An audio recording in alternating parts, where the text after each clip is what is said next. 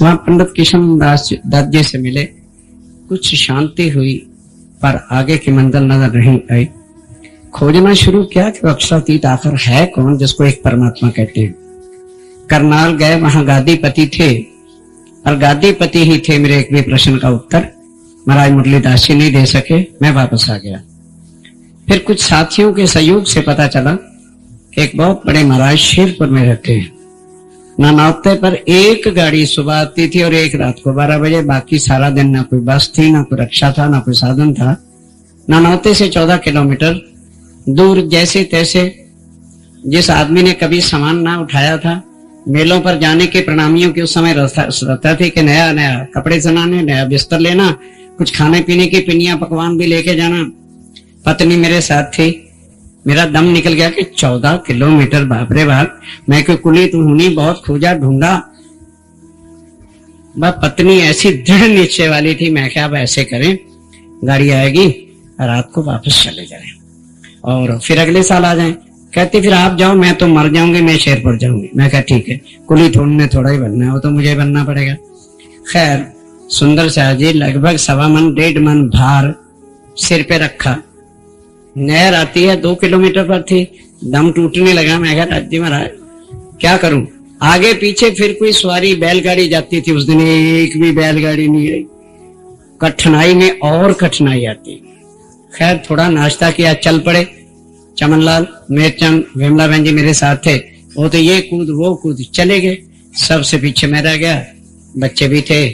क्या करते करते करते 14 किलोमीटर मई की जलती हुई लू में महाराज जी के चरणों में मैं 1 बजे पहुंचा। पसीना इतना था, उधर लू चल रही थी मानो जैसे गीला गीला प्लास्टर सीमेंट का किया हो, ये शक्ल थी। देखा, मैं जानता नहीं था ये महाराज जी एक चटाई पर बैठे हुए।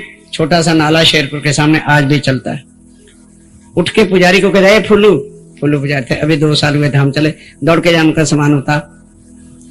उसने सामान उतारा, कुछ गर्दन को सांस आया। इतने में महाराज जी खुद आ गए। मेरी ऐसी हालत, जबकि मुझे खुद शरीर से बदबू आ रही थी पसीने की, आकर मुझे गले लगा लिया। मैं हैरान हो गया, शायद मेरा रिश्तेदार हो गया। ये कभी अकल में बात ही नहीं आ सकती, प्रणामियों के महाराज हों ऐसे ऐसी हालत में किसी को गले लगा। मैं सोचने की बुद्धि से बाहर था। मैंने सोचा शायद कोई रिश्तेदार वृद्ध है, इन्होंने मुझे देख के पहचान लिया। भाई मैं तो नहीं जानता, अच्छा पता लग जाएगा। तो एक शब्द पूछा था जो अभी लिंक चल रहा था, उसके बारे में कहना चाहता हूं।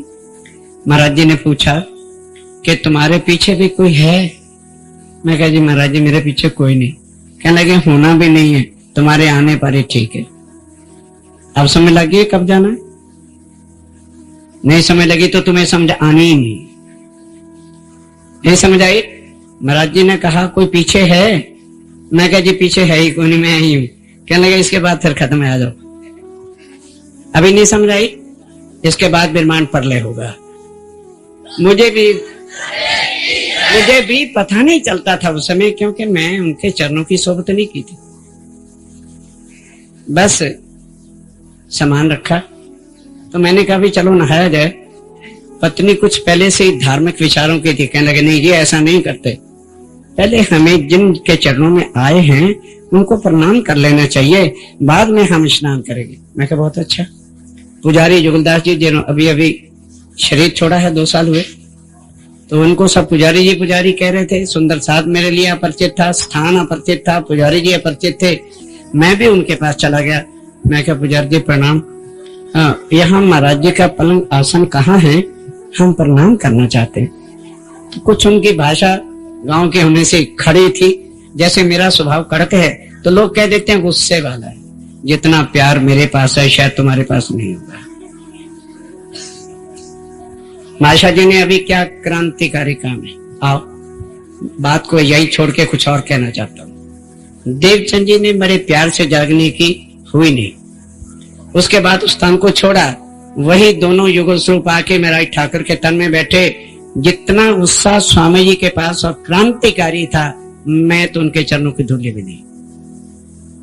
चर्चा में ऐसे कटुवचन यूज करते थे जो अभी तक मैं डर के करता हूं। चलिए दीपंदर में चर्चा में कौन था वहां? जयराम भाई को कहते हो, जयराम भाई तू कुत्ते से भी नीच हो गया। ये क्रांतिकारी शब्द ही मुर्दे जीव को जगाते हैं। मरी हुई चर्चा तो चल रही है, बड़े मत कहते जी प्राणा जी फरमाते हैं, फरमाते ही हो गए ना, कोई जागा तो नहीं। इसलिए जीव को क्रांति से जगाना पड़ेगा, उसको पहले अनुशासन में बांधना पड़ेगा, उसको समर्पित भाव में जब तक नहीं बांधोगे तब तक कार्य नहीं होगा।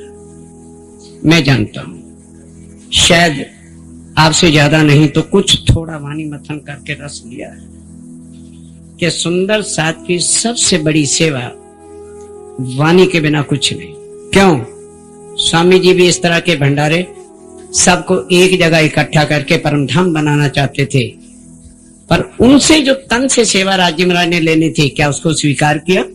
विघन डाल के जेल में बंद कर दिया और उसके बाद साक्षात दर्शन दे के परमधाम का अखंड ज्ञान दिया कि हो इंद्रावती के आत्म, वो भंडारा तो 4 दिन का शरीर था, मैंने तुमको वो अखंड अलौकिक ज्ञान दे दिया है, जब तक ये विराजमान रहेगा तेरा भंडारा कभी भी खत्म होने वाला नहीं। मुझे महाराज जी के चरणों से ये मिला।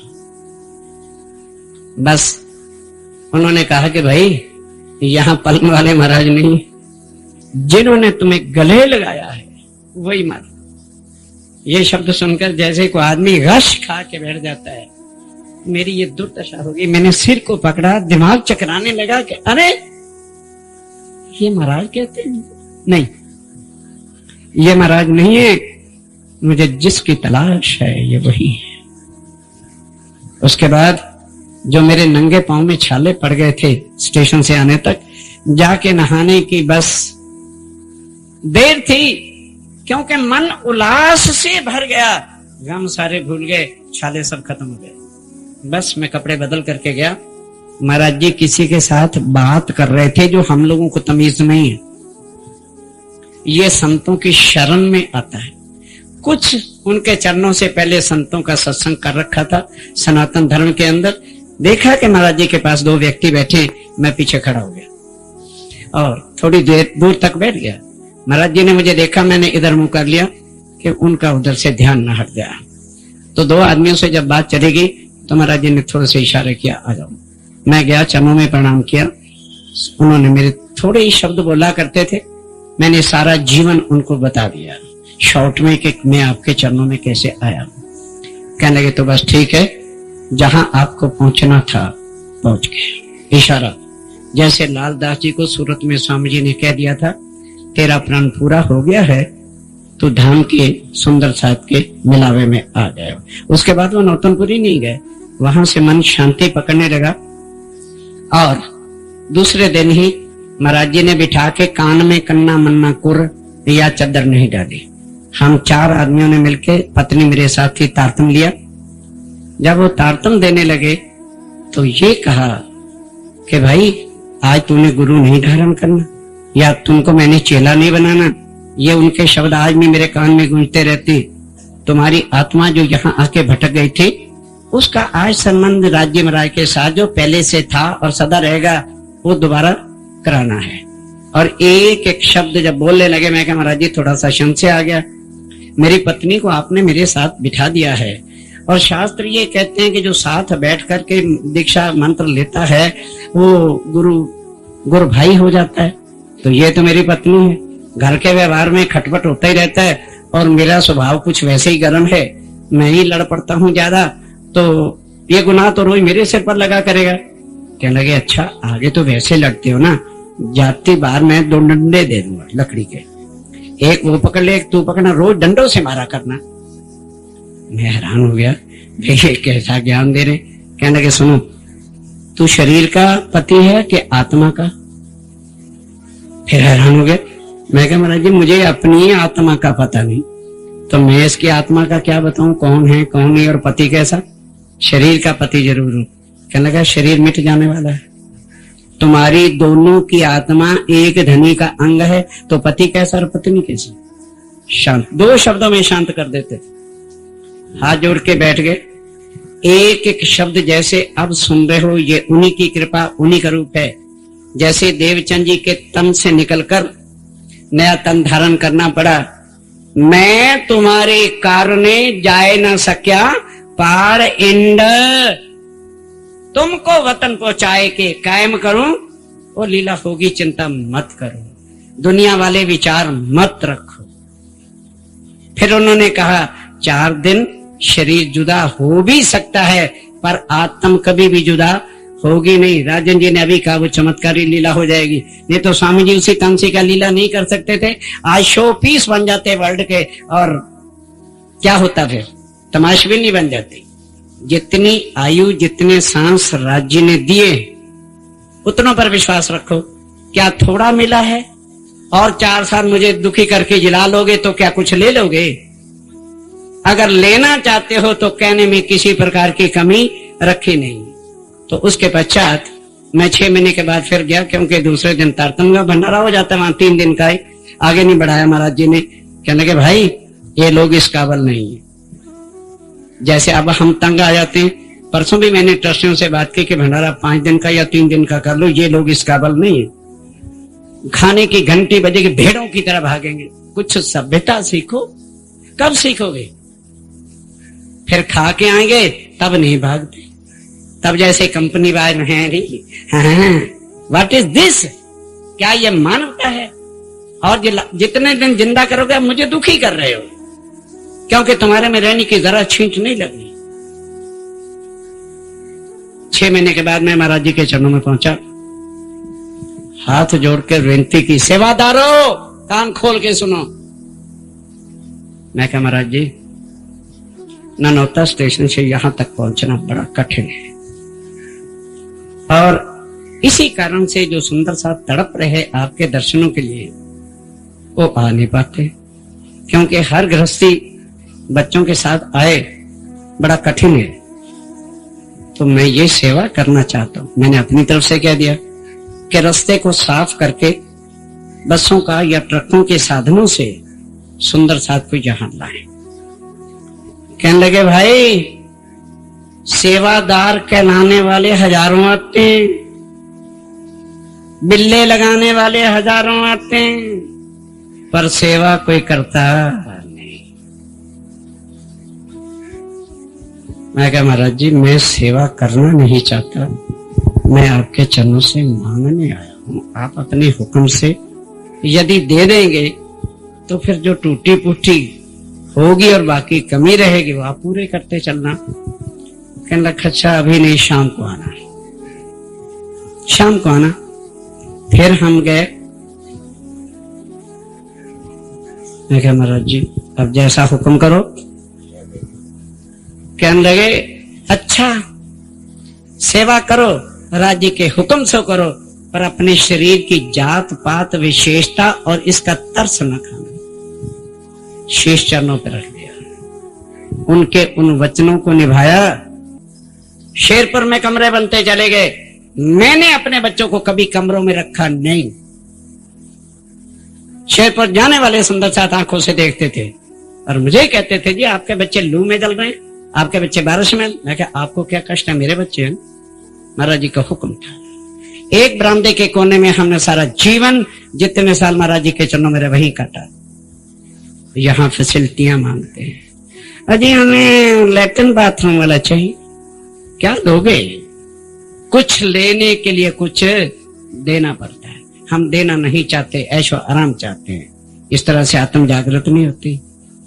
बस फिर जितना जीवन चरणों में मिला, सुंदर साहब जी पहले भी कह दिया, शरीर तो मैंने इस तन का सुरमा पीसा, गुणांगिनियों को देखा नहीं और उनके चरणों में अर्पण कर दिया।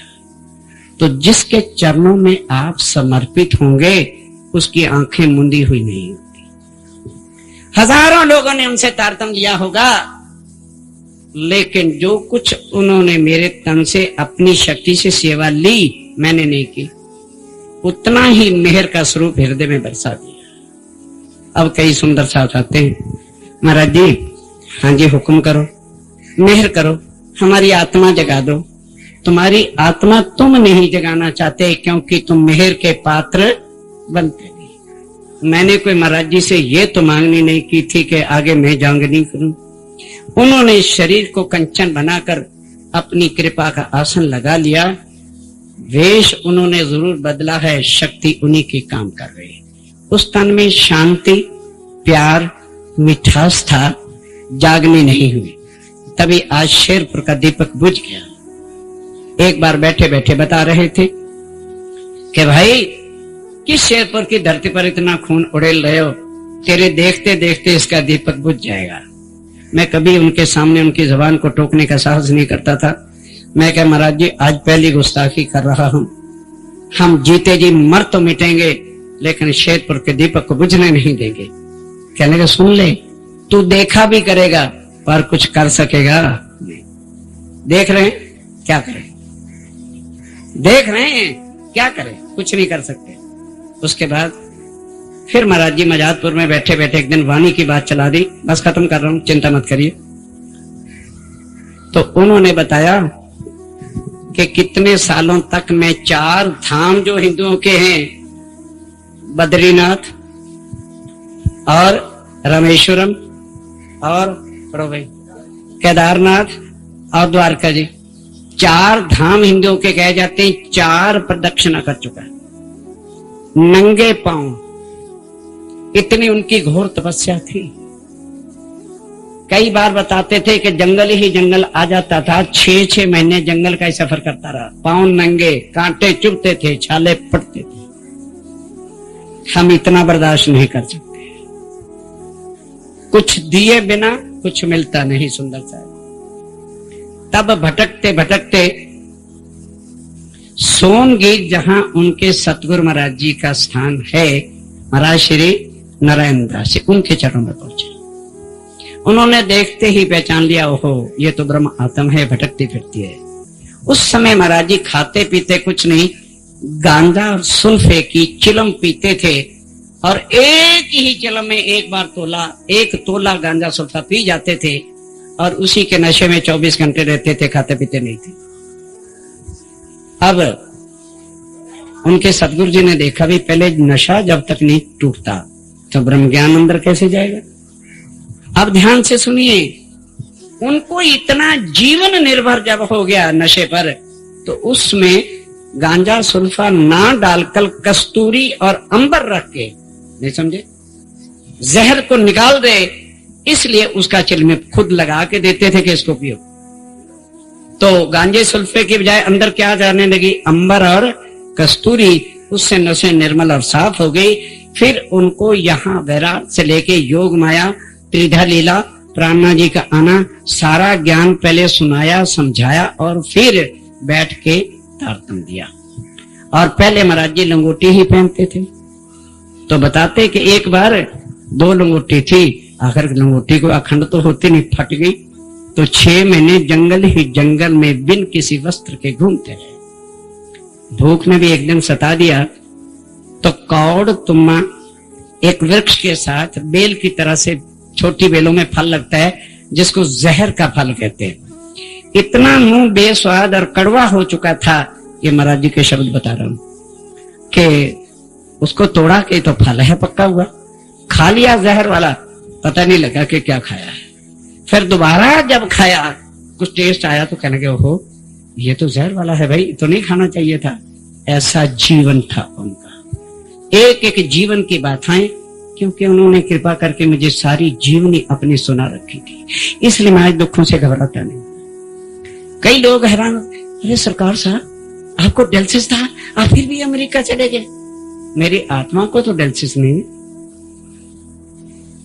आत्मशक्ति वाले आत्म के बल पर आत्म के स्वरूप चला करते हैं, मुर्दे जीव शरीरों को देखा करते हैं। मेरे लिए ये शरीर अजर और अमर हो चुका है। कर्मों का अगर भोग है तो जीव भोगता रहेगा, मेरा उससे कोई संबंध नहीं। मेरा हर सांस, मेरी हर पल घड़ी मेरे उनके पास था। जब पूरा जीवन होने को आया, मुझे बुला लिया, कुछ दिन रहे, कहने लगे चिंता मत करो, जब चलूंगा आपको 8 दिन पहले बुला लूंगा। दिल्ली में अंतिम शरीर छोड़ा, 8 दिन मुझे अपने चरणों में रखा और शरीर छोड़ दिया। बस फिर मैं पन्ना जी अवश्य पहुंचा और पत्नी और बनारस बहन जी मेरे साथ थे। मैंने उनको कह दिया अगर यहाँ पर एक बार महाराज जी मुझे साक्षात नहीं दर्शन दे दे तो मेरी तलाश न करना, मैं अपने को कौआ सागर में समर्पित कर दूंगा।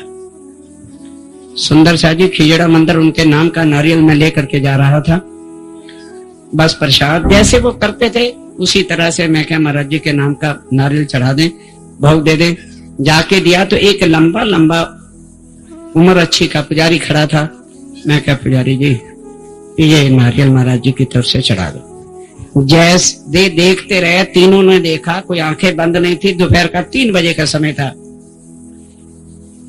तब तक तो वो पुजारी था। जैसे मैंने हाथ पे रखा, महाराज जी अपने बिल्कुल सफेद वस्त्रों में सिर पे कपड़ा लिए सामने खड़े, आंखों से देखा जो मेरी इच्छा थी कि एक बार दर्शन दे दे। तो कहते हैं क्यों भाई रो क्यों रहा है? मैंने तुम्हें कहा था कि मैं तुमसे कभी जुदा नहीं होऊंगा, अभी तेरे तन से सेवा बाकी लेनी है, सदा तुम्हारे साथ रहूंगा। बस उन्होंने भोग लगाया, नारियल अपने हाथ से तोड़ा और कहा ले प्रसाद। मैंने झोली की, उन्होंने कहा जब ले प्रसाद झोली की तो वही पुजारी खड़ा है। उस बीच बीच में एक और बात कहती, पन्ना जी में आते हैं ना परिक्रमा करते हैं, तब सुंदर शाह जी 12 से सुबह 6 बजे तक परिक्रमा किया करते थे। पन्ना लाल जी मेरे साथ रहते थे, चमन लाल जी कोटे वाले मेरे साथ, विमला बहन जी, हजारों सैकड़ों सुंदर साथ चला करते थे। तीसरे ही दिन परिक्रमा कर रहे थे तो पिछला दरवाजा जहां तक कई सुंदर साथ पूछा करते हैं जी ये चुप भैया आप क्यों बोलते हो हंस के मिले कसम। तो वहां झंडे से यदि आप मीर सागर की परिक्रमा शुरू करोगे उस दरवाजे पर ही जाके खत्म होता है हंस के मिले कसम। तो क्या हुआ, बड़े रेशमी पल्ले के अंदर महाराज श्री जी ऐसे वस्त्र धारण किए हुए और उनके पास स्वरूप साहब रुमाल में लिपटा हुआ है। जब हमने कहा हंस के मिले कसम, कहते दरा ले स्वरूप साहब ले। मैं हैरान, मैं कहा स्वरूप साहब, खैर झोली लेकर के मैं आ गया। उन्होंने कहा ले, तो झोली में क्या करना था, स्वरूप साहब आया और मुख से ये तालीम दी है, ये उनकी मेहर हुई। और प्रातः 9 बजे पन्ना जी में ही मैंने चर्चा खिलवत की शुरू कर दी, जो चमन लाल जी की धर्मपत्नी ने सुनी। बस उसी वक्त चरणों पे गिर पड़ी, जी पहले मैं आपको कानपुर लेके जाऊंगी। वहां से सुंदर शाह जी दूसरे तंग से महाराज जी का क्रांतिकारी कृपाकारी मेहर की कृपा से दुखों को हरने वाली वो लीला शुरू हो गई। सबसे पहले चमन लाल जी के बाद साथ क्या बीती वो बाद में चमन लाल जी के साथ पूछ लेना। और उस दिन से तन बदला हुआ था महाराज जी की कृपा से।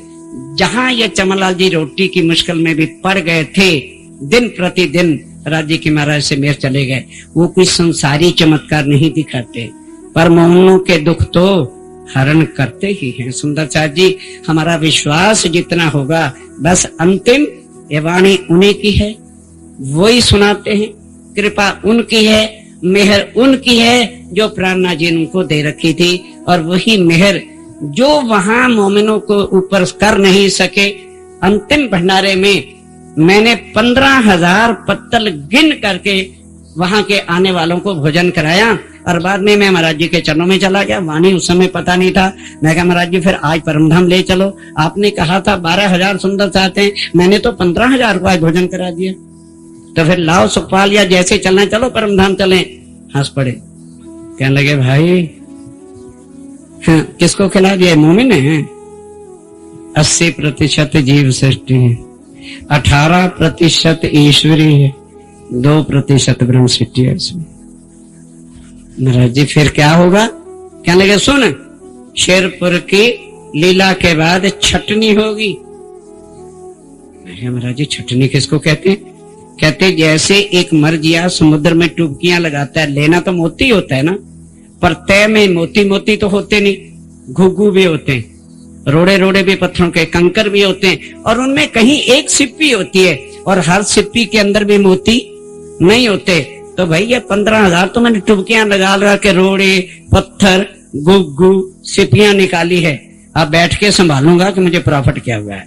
घुग्गी रोड़े पत्थर कर दूंगा एक तरफ, फिर सिप्पियों को कर लूंगा एक तरफ, फिर बैठ बैठ के तोड़ूंगा, मोतियों को रख लूंगा एक तरफ।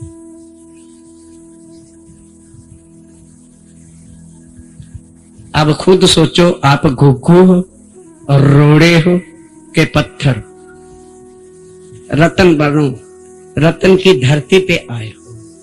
बस यही मेरे 2 शब्द जो महाराज जी ने बताए थे, उन्हीं के चरणों में समर्पित करता हूं। यही श्रद्धांजलि है, यही प्रेम का मेरा भाव है। सुंदर सा जी अंतिम शब्दों को ले लेना, हम सबको मिलकर रतन बनना है। घुघू रोड़े पत्थर वाला जो हमारा स्वभाव है, उनको छोड़ दो तो समझो आज हमने उनके चरणों में सच्ची श्रद्धांजलि दे दी।